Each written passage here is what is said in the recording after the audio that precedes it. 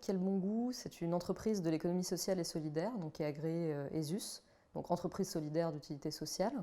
Et on s'est lancé donc en 2013 et on a un double objectif social. Donc d'une part, la démocratisation de l'accès à des produits fermiers de qualité par des prix accessibles.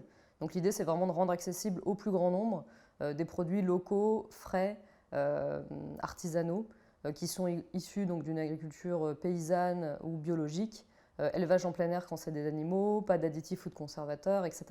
Et en fait, on est parti du constat que c'était des produits qui étaient réservés à une élite aujourd'hui, qui étaient souvent très chers en milieu urbain.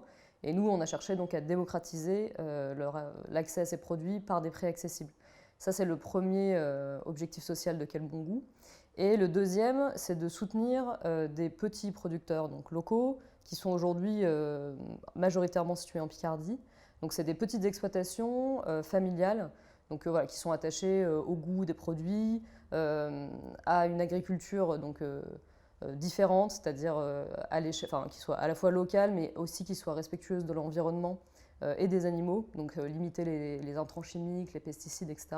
Et donc nous, on cherche vraiment à soutenir ce type d'agriculture-là et ce type de petits producteurs. Ce projet, on l'a lancé sur une base de conviction militante, c'est-à-dire qu'en fait, on est parti d'un constat social, politique, qui était qu'aujourd'hui, on est dans un mode de production de nourriture qui est industriel, intensif, qui dégrade l'environnement, donc notamment la pollution des sols, de l'eau, etc., par les pesticides, les intrants chimiques, donc qui sont liés à l'agriculture industrielle, sans parler des élevages en batterie. Enfin bref, on est dans un mode de production agricole de nourriture qui est destructeur de la planète et qui est basé donc sur une agriculture intensive et un modèle de distribution qui est celui de la grande distribution, donc qui encourage ce type de production agricole et qui finalement propose des produits industriels à bas coût, mais qui sont de très mauvaise qualité, dont on a peu d'informations sur leur provenance, donc pas de traçabilité, beaucoup de conservateurs,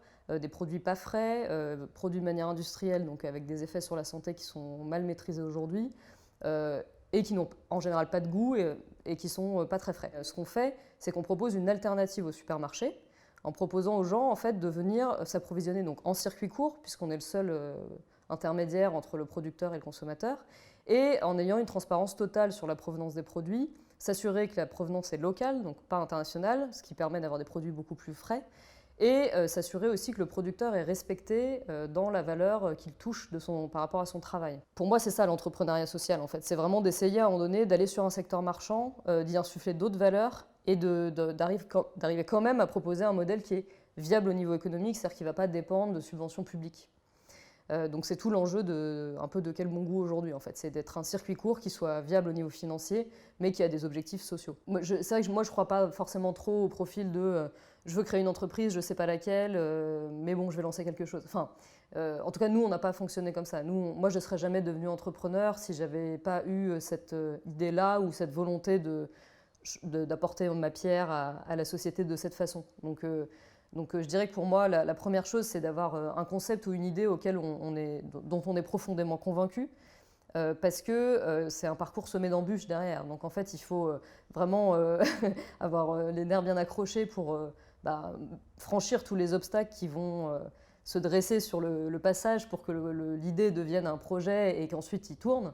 En tant qu'entrepreneur, on rencontre une multitude de difficultés et du coup, il faut vraiment être très convaincu de l'idée qu'on a, qu'elle est bonne et qu'elle est sincère, qu'elle peut vraiment apporter quelque chose à la société et que du coup, elle mérite qu'on se batte pour elle.